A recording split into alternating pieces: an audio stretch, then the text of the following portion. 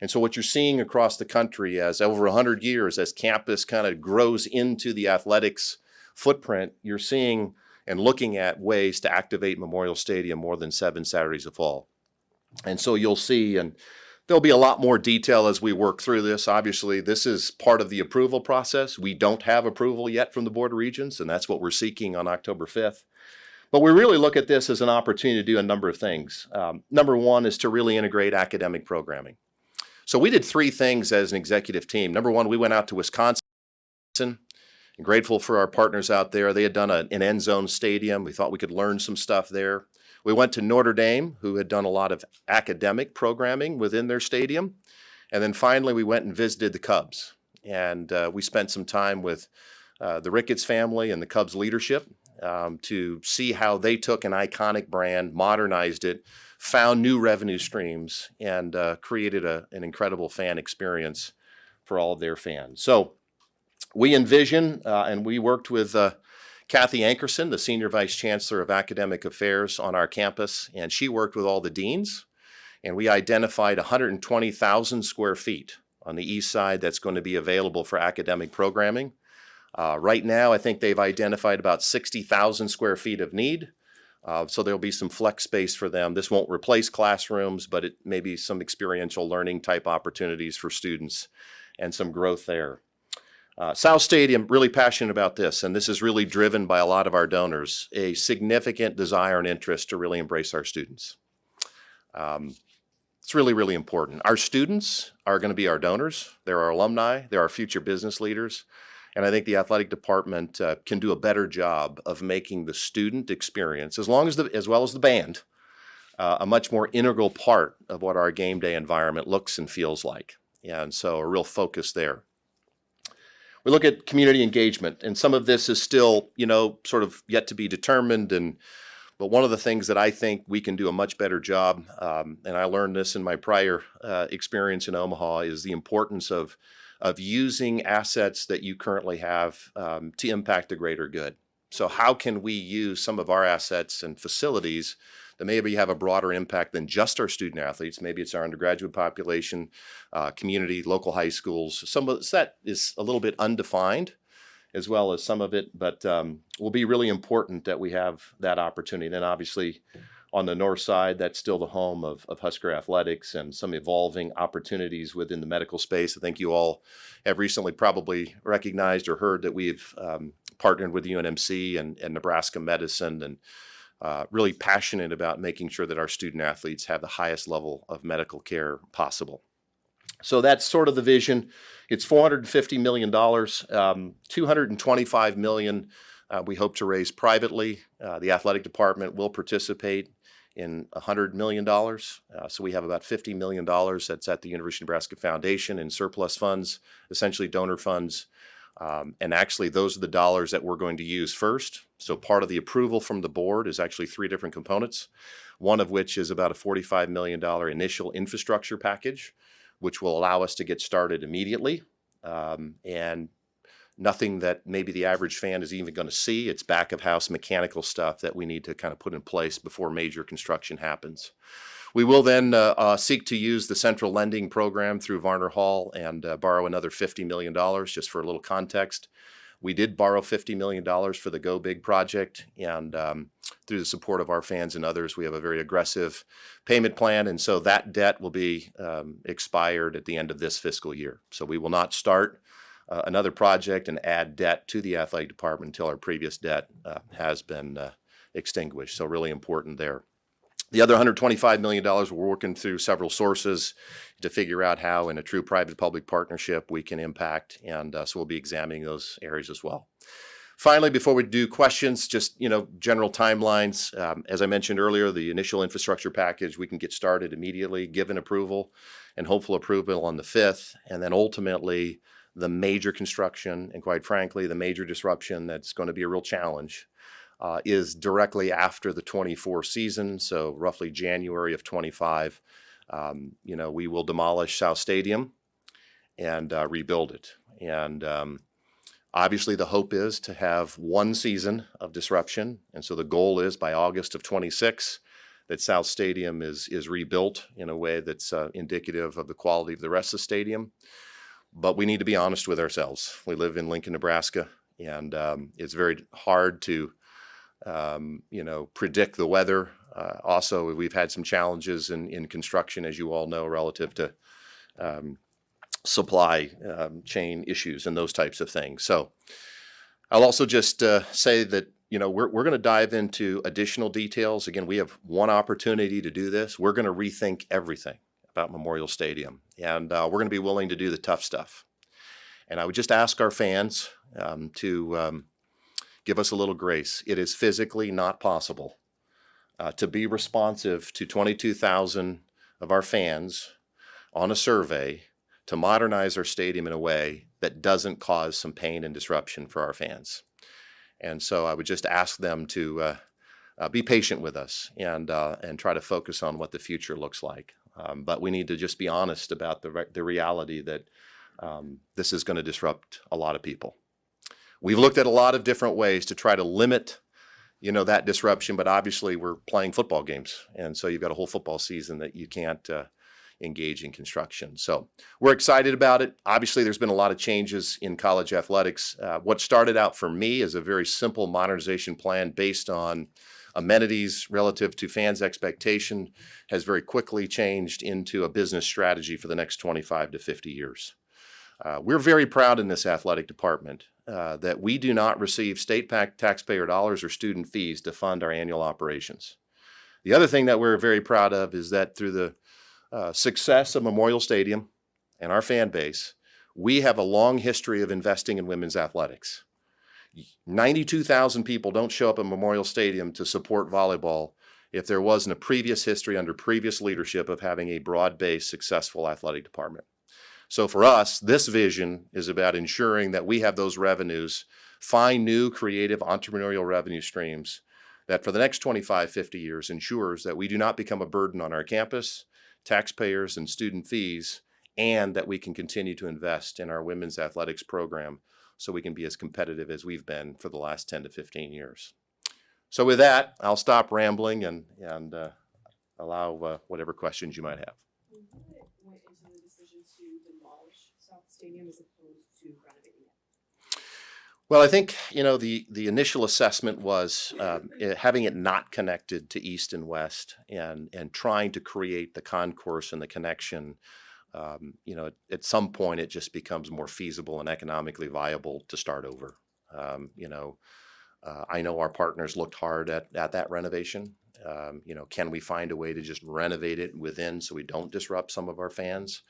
But the decision was made. And again, part of what we want to do is we really want to connect east and west all the way up high. So you're really creating a true bowl. There's a competitive component to this as well. As we think about the band down in south and all the student section, our goal is we want this to be the best place to watch a college football game. And so there's more than just the stadium itself. We've got work to do outside the stadium. But at the end of the day, for me, what do we do to make this the greatest environment? It also allows you then, Amy, to think about some different diversification in different types of seating. So right now we have club seats and we have suites. And what we've seen and learned is there's lots of different, ideas and options. There's ledge seating, there's loge boxes, there's some diversity in how we look at that. But more importantly as well, as I mentioned, equitable and affordable, we have got to solve our ADA problem in Memorial Stadium. It has not been addressed and it isn't right. And so part of this strategy is, again, to deal with those sensitive areas that have not been addressed. And by starting over in South Stadium, ADA is a very significant component of that. So what we'd love to do, and again, I want to be very careful here. Number one, we don't have approval. We're confident. Number two, as we get into the details, some of the manifest and all that might look different. But the goal is we'd really like to have chair backs, if possible, east and west and south. North Stadium is going to be a challenge, and we don't think we can get chair backs in North Stadium because of the tread depth. We don't believe by code we'd be allowed to get that done. But that would give us still some opportunity to view those seats differently. Our objective and goal is to have 8,000 seats that don't require any seat licensing fee. And so we need to find a way to make it more intuitive for our fans at various levels and have amenities that match, what that investment looks like. What are the challenges of a stadium reseat and just the grandfathering of the ticket prices that you have, and how do you kind of make this all work when you take out 9,000 to 11,000 seats? It's a great question, Sean. We're going to have the courage to address all of it, and there's going to be strong opinions on all of this. And at the end of the day, I think really what we're charged with, and that's why I've always loved assembling people a lot smarter than I am to help hold us accountable. This is not Trev or the athletic department unilaterally making these decisions. We're going to have good, smart men and women, business leaders who are going to help us think through this. But the only way to create some of that equity is to examine some of that. And, I don't want to, there's no definitive answers yet on what we plan to do, but absolutely we intend to take a hard look at the grandfathered clause and how that impacts the rest of our fans. The reality is if you look at putting in the modern amenities that our fans would like, the physical structure of Memorial Stadium remains the same, but you're going to have a 10 to 12% reduction in capacity just based on, widening aisles, putting handrails, doing the things from ADA and other things that I think a stadium in 2023 really demands. I was going to ask about the capacity. You see that in like the high 70,000s when it's all said and done, or what are you thinking? Well, I don't want to say a number that I get held accountable to, and everybody, you said, I've learned that. But I would envision, based on it's going to be in the mid 70,000 range, plus or minus somewhere in there. So I can also tell you that this is not an effort to try to decrease supply, increase demand, and use a decrease in supply to increase ticket prices to force new revenue. That's not really what this vision is about. Vision is about the amenities, and those are the ones that ultimately drive that 10 to 12% reduction. That reduction, the larger reduction when the South Stadium is demolished, only impacts, to be clear, the 2025 season, That is our goal, Mitch. Yeah. So the goal is by August of 26. The reason why I say it's a goal is did anybody else built a house in their life? And remember when you're told it's going to be available in October and then you move in May? So it's the same issue here. Obviously, we have the best and brightest that are working on this. And the goal is the summer of 26, we're ready to go. At least in the seating. Maybe there's some back of house stuff in South not done, but I think there's some creative ways. But I just don't want to create an expectation of our fans that we can't deliver on. So I am personally, in my mind, preparing myself for 2 seasons. And I'm going to ask our staff to think that way, but that's not our goal. Our goal is 1 year of disruption. The capacity of the stadium being in 25, if in fact it's just 25, and what might you look at creatively to address some of the concerns there? Yeah, so that's what some of the people in the back of the room's job is going to be. They're much more creative and smarter than I am. But yeah, if it got done prior to the 26 season, that's back to that 10 to 12% reduction overall that would be contemplated. So again, these are just broad numbers, but I think it helps perspective. Like today, let's say there's 22,500 people that are seated in South Stadium. When it's done, if you have, ADA and wider and you have chair backs, you're going to get 18,000 people back in. So the physical structure is the same, right? But based on the modernization, the comfort levels that our fans desire, there's no alternative other than that reduction. Is there a temporary plan for what you're going to do with that massive student section that's there right now? And for 25, yeah. What that'll look like? We don't have that plan finished. Again, this is part of the disruption, and our team has, started thinking about what could we do that while is not going to placate everybody, could be a hey, let's do this in the short term and maybe even, but I don't want to get into that yet because we don't have any. First of all, we don't have approval. Secondly, we don't have that detailed thinking. But I assure you, we will do what we can to make whole and make right our students and those affected in South Stadium. And there will be those affected in all parts of the stadium. This is not just a South Stadium issue. The reality is almost everybody could be impacted. How many new luxury suites are going to be added to the stadium? Not sure. We are looking at additional suites in South Stadium. I guess I mentioned some of the more diversity. I think some of the trends are, and again, I don't want to say we're doing this. These are the things we're thinking about. Some of the trends nationally are premium seating closer to the field, right?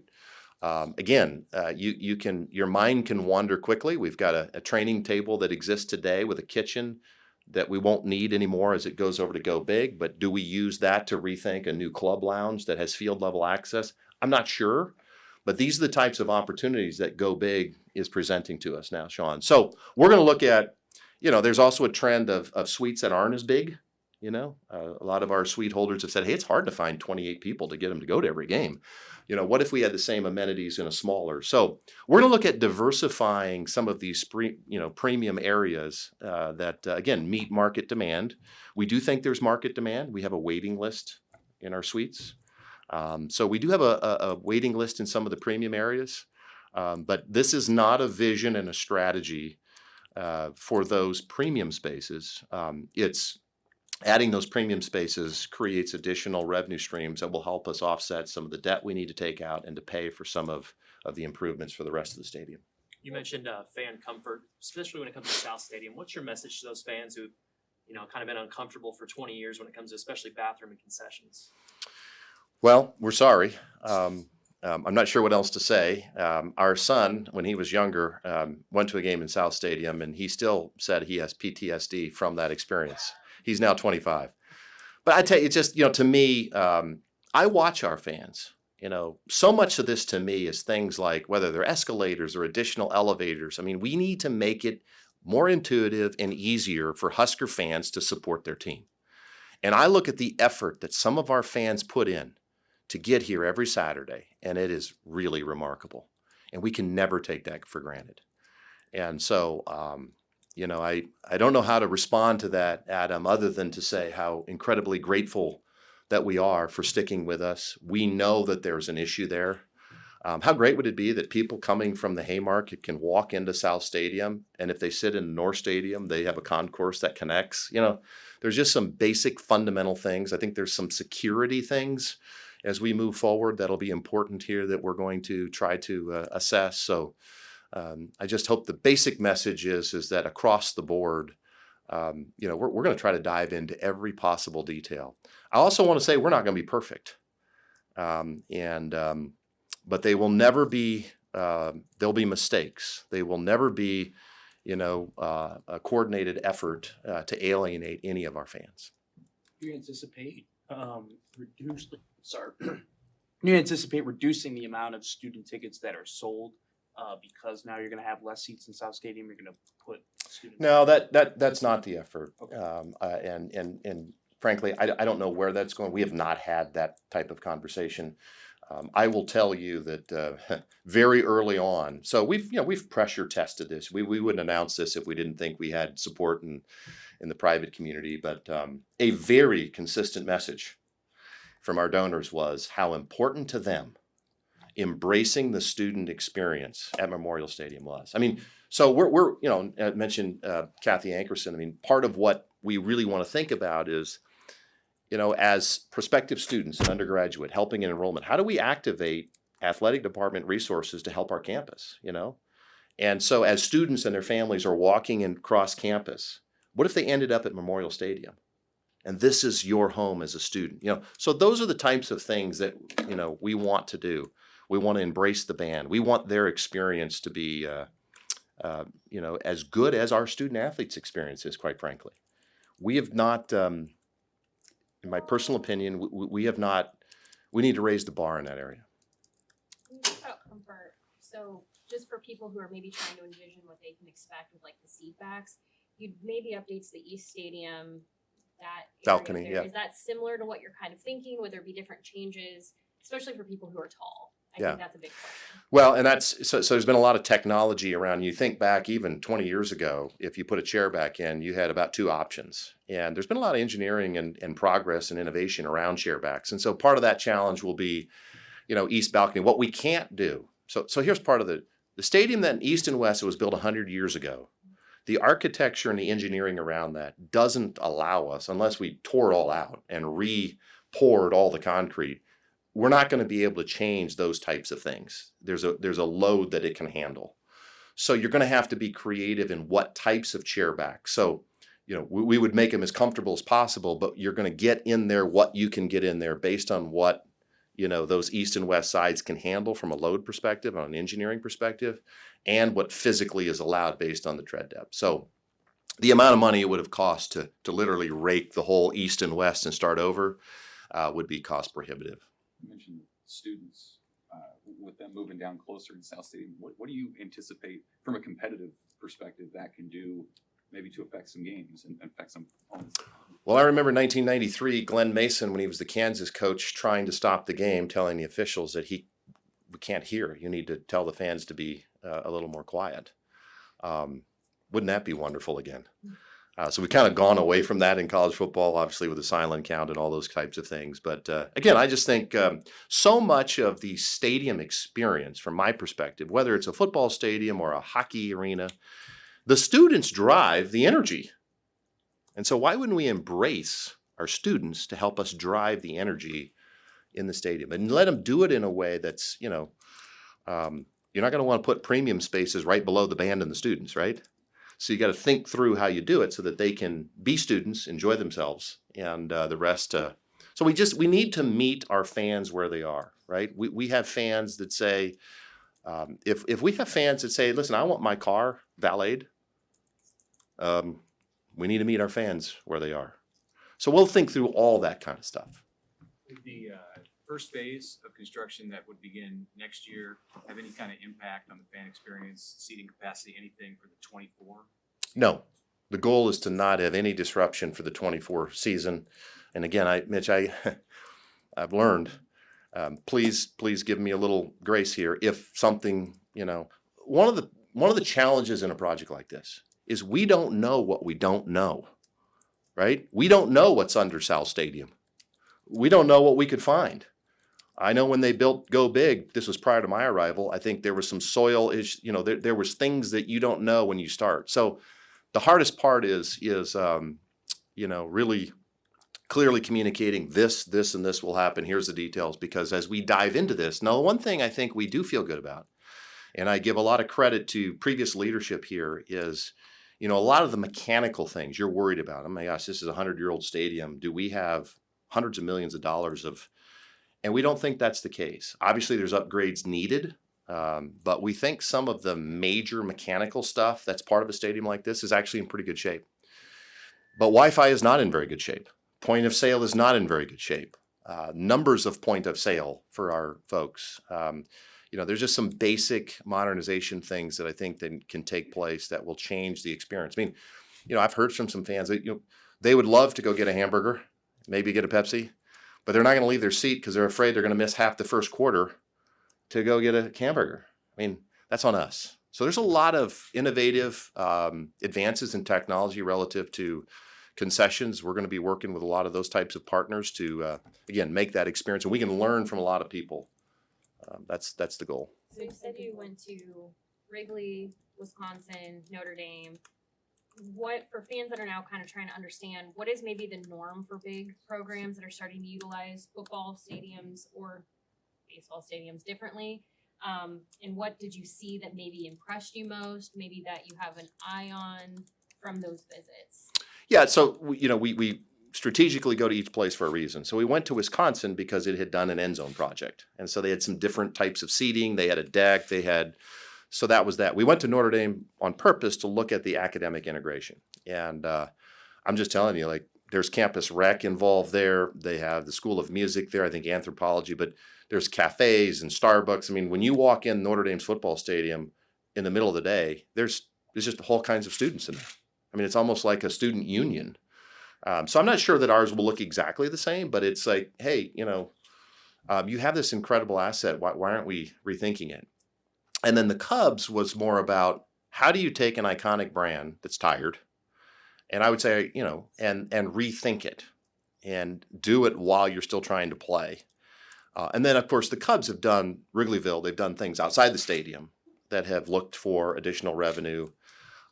But they you know, they have had a very detailed approach to really looking at what the fans want. So they have certain fans that these are our die-hard baseball folks. Like they're going to come and they're doing, you know, taking all the, and then this is our fun group. They really don't care about baseball. They're just here to have a good time. Well, you have to meet your fans. And so I'm not suggesting we're going to go as far as all of them, but we've always found that by looking at what some others have done, we can see some trends. But what's exciting to me is having the stadium activated more than just 7 Saturdays a fall. I think it is, our state is really proud of our stadium. And so, you know, every 4th grader in the state of Nebraska tours Memorial Stadium. And to see their faces, you know, I think we should expand on that. I think we should get more people involved. I think we should think about other unique inventory that can be a part of beyond football. And, you know, we like Volleyball Day in Nebraska and like Garth Brooks and those types of things. So that's the thinking. Trev, right now, my Aunt Margaret and my Uncle Tom, who have tickets in the South Stadium, are probably freaking out. I'm aware. How will they be notified? You know, and what should they be looking for? Yeah, it's a really good question. And obviously we can't get ahead of ourselves. This is part of the chicken or the egg deal here, right? So we don't have a project yet. So we can't officially sign pledge agreements with donors until you have approval from the board. Well, you know, the board's interested in, you know, do you have funding? So this is a first step in a process to move forward, but we're well aware of how important internal and external communication strategies are going to be. We've talked about doing our best to, you know, and we're working on some strategies. I'm not ready to, you know, to communicate that today, but it'll be our hope that every single person in the stadium's voice will be heard, good, bad, or ugly, and I'm prepared for all of it. But part of it will be helping them to understand what the future could look like, and if that's not the seat today, what's a different seat look like? So whether it's town hall meetings, whether it's, you know, this is not just a Lincoln thing or Omaha, this is a state of Nebraska and even beyond. So we're going to have to be really buttoned up on our communication strategy, and that'll be on me. And there will be times when we fall short of that, and we'll apologize and work harder. Technical question. Is the plan to blow up South Stadium, implode it, demolish it? Like, what's the plan? Well, I don't have exact details, but you know, it needs to come down. So what is the best way for it to come down? I wasn't here, but I heard they did a similar thing with Harper Schramm Smith. Is that, or I'm sorry, did we just implode dorms that people are living in? I'm sorry. I lived in Abel Hall. That's all I knew. 903 Abel Hall. But so we'll find out from our partners. But I would anticipate, you know, because part of that is going to be the sooner we can get it down after the season, the quicker we can start to rebuild. So I don't know if prior to it actually going down, if there's some things that we can do underneath there in terms of underground. Can we start some things while it's still up so that when it does come down, we can more quickly go vertical with construction? That's a good question, but that's why we, you know, would be working with experts in this area. So I saw a tweet that you casually threw out there that you could do potentially something fun with that. Do you have some ideas for ways that you could activate the implosion of South Stadium? You know, we have lots of people who are really creative. They have lots of ideas in our department. So as my wife tells me, sometimes we can't use all your ideas, Trev, but we'll, well, you know what, this is, we can have a little fun along the way. And so we'll see, you know, but if you're volunteering to make a donation to be the person who gets to push the button, you know, maybe we can talk. But no, not to downplay the significance and the disruption. I want to be very clear that I understand completely the angst and the frustration that some or many of our fans are going to have. And I can only apologize and ask them to be patient with us because again, we've got a 100-year-old stadium that we need to ensure is viable for the next 100 years. Where do you see the boneyard being in 2025 and 2026? What do you mean in terms of? The boneyard section, you know. Well, you know, clearly when South Stadium is gone, that's going to be a disruption. Again, that's why I said it's not just going to be, you know, folks sitting in South Stadiums, the students will be impacted as well. I don't know to what extent. And that's why, obviously, our focus is going to be, let's do everything we possibly can to have this completed and only have 1 year of disruption. But there's no doubt about it. There is going to be, fewer students likely, at least for one season, that are going to be able to have access to Husker football games. And so again, there's strategies around that with lottery and other things, and how can we our team has been thinking about that. But that's going to be a real, a reality that all of our students and our fans are going to face. Thank you for being here. It'll be a lot more exciting when Coach Rule comes. He'll talk to you about Michigan. Thank you, guys. Thank you.